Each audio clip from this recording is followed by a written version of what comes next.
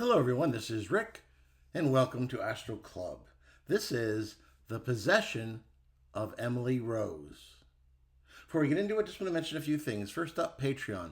If you'd like to support the work we do here on Patreon, or on Astral Club, rather, you can certainly do so on Patreon. When you join, you get a chat function, a direct mail to me for advice, questions, what have you, advanced podcasts on Sunday, and if you're interested, there is a link in the description. Next up, astral projection lessons. If you'd like a lesson to learn how to astral project, be glad to work with you. Work with folks now from Australia all the way to Europe and Asia, you name it. We've had some good success, and if you're interested, there will be an email. Just ask for information in the description. Okay, let's get started here. The possession of Emily Rose. Okay, Emily Rose was a pseudonym that was used for the movie The Exorcism of Emily Rose. The real name of the person involved here is Anna Elizabeth Anelise Michel.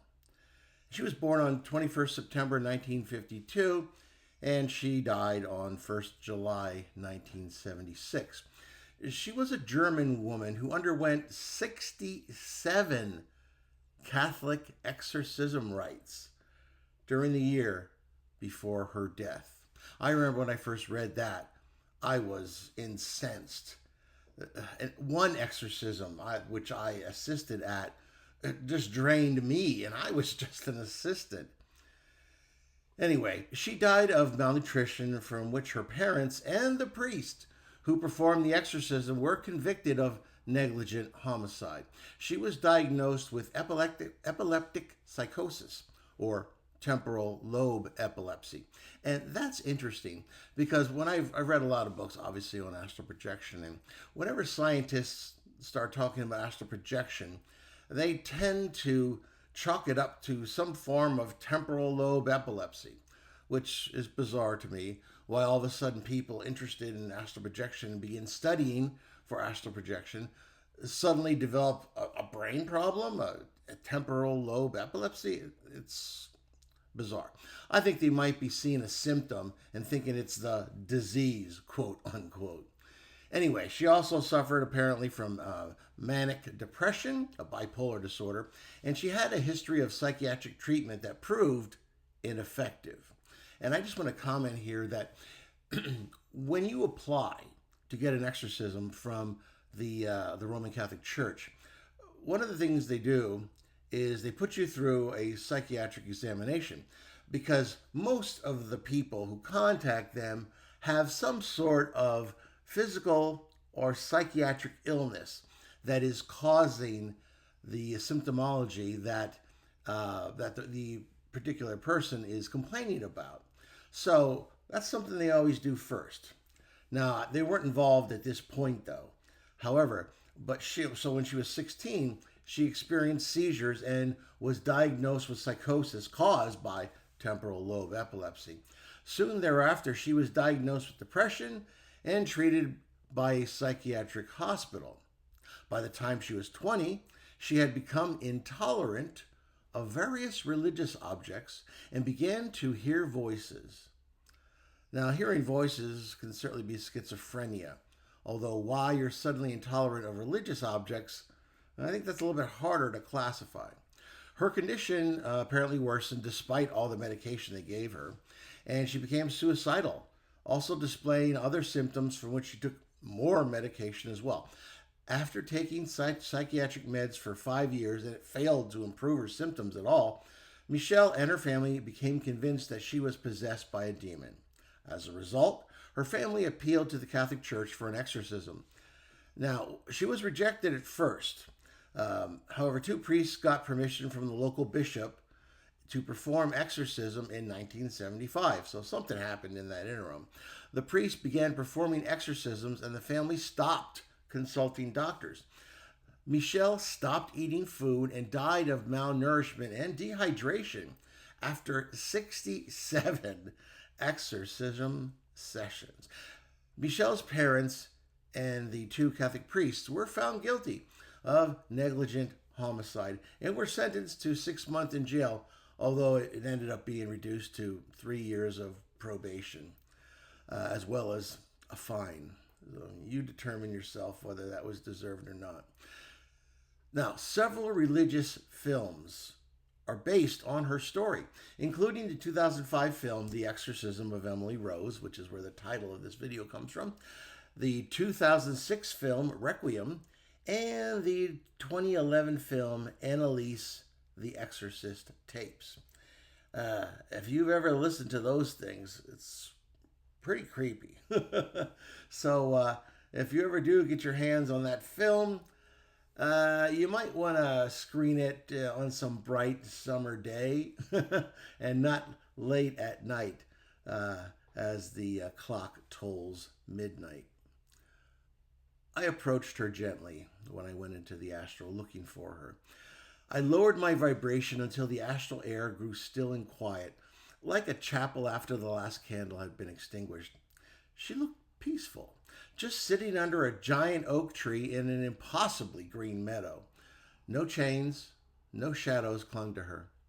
Annelise was merely a young woman with clear eyes and a posture that suggested she'd finally learned how to rest. I introduced myself.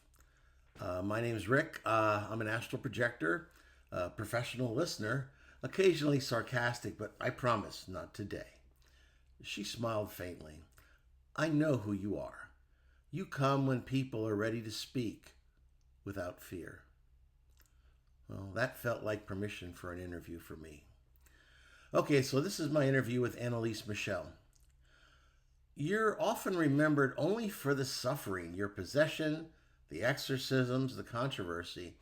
I'd like to hear your account in your own words. What did it feel like before everything escalated?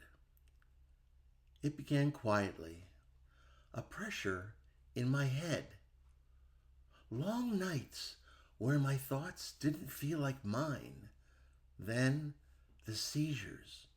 Doctors called them epilepsy. Medication dulled my body, but not the terror. Something was still there. She paused, not from pain, but from memory. I felt watched from the inside. When I prayed, the prayers shattered before reaching God. Sometimes I would wake with words in my mouth that I had not chosen. Other times, I was forced to look at holy things and feel revulsion. That frightened me more than the voices. People argue to this day whether what you experienced was illness or possession. She nodded calmly. On Earth, you must label things to survive. From here, I can say this. My mind was vulnerable, my body weakened, and into that weakness came intrusive energies, parasitic, fragmented, feeding on fear. Whether one calls that psychological or spiritual matters less than how alone I felt. The exorcisms? Her expression softened, complicated. They were not cruelty. They were desperation mixed with faith. My family loved me. The priests believed they were fighting for my soul. Some moments brought relief, clarity, even peace. But my body was already failing. I could no longer eat properly. Each day felt like a long surrender. And your death? Exhaustion. Not punishment, not abandonment by God. Just a body that could not carry the weight anymore. She said this without bitterness. I followed her as she gestured. She stood up and the space around us changed. Gone was the meadow's stillness. Now we stood in a wide, luminous hall, light flowing like warm breath. When I crossed over, the noise stopped instantly. No voices, no pressure. I remember thinking, so this is what silence feels like. She showed me what came next. Healer angels, luminous, precise, worked on my body and on the imprints left behind. Fear groves, guilt knots, fractures where my identity had been eroded. Golden white light poured through her chest and throat. Where her voice had been hijacked, it was restored. They removed what never belonged to me, not violently, gently, like untying knots soaked too long in water. I slept for what felt like a long time. When I awoke, I was whole. Any lingering trauma? She shook her head. Understanding replaced it. Pain doesn't follow you here unless you cling to it. People assume that after everything you either rejected religion or became rigidly bound to it. What do you actually believe now? She smiled brighter this time. I still love Christ, but not as fear, not as punishment. Christ is presence, compassion, the willingness to enter suffering without judgment. I no longer believe God demanded my suffering. God accompanied me through it. Humans misunderstood the why, but not the love. And demons? There are lower energies, fragmented consciousness, hungry for coherence. Fear feeds them. Love dissolves them. That is all. She looked directly at me then. Please tell them this. I am not trapped. I am not angry. I am healed. I thanked her then, and as I prepared to leave, she reached out, not physically, but with intent. My life was not a warning story. It was a lesson in compassion for the sick, the frightened, and those who try to help with imperfect understanding. I nodded. Message received, I said. I'll try not to be sarcastic when I deliver it. She laughed, clear and unburdened, and the astral light folded gently around her as I withdrew. Back in my body, one thought lingered. Some souls are remembered for how they died. Others, like Annelise, deserve to be remembered for how completely they healed. If you like that, please hit the like button. Hit and share with those who you think will enjoy it as well. Subscribe if you haven't already. And questions or comments, have you ever seen any of the movies like Emily Rose, for instance? If so, what did you think of them? Are there any questions you would have asked her? Any thoughts on the whole story? I'd certainly be interested in hearing them, and I know others would as well. At any rate, this is Rick, and I will see you on the astral plane.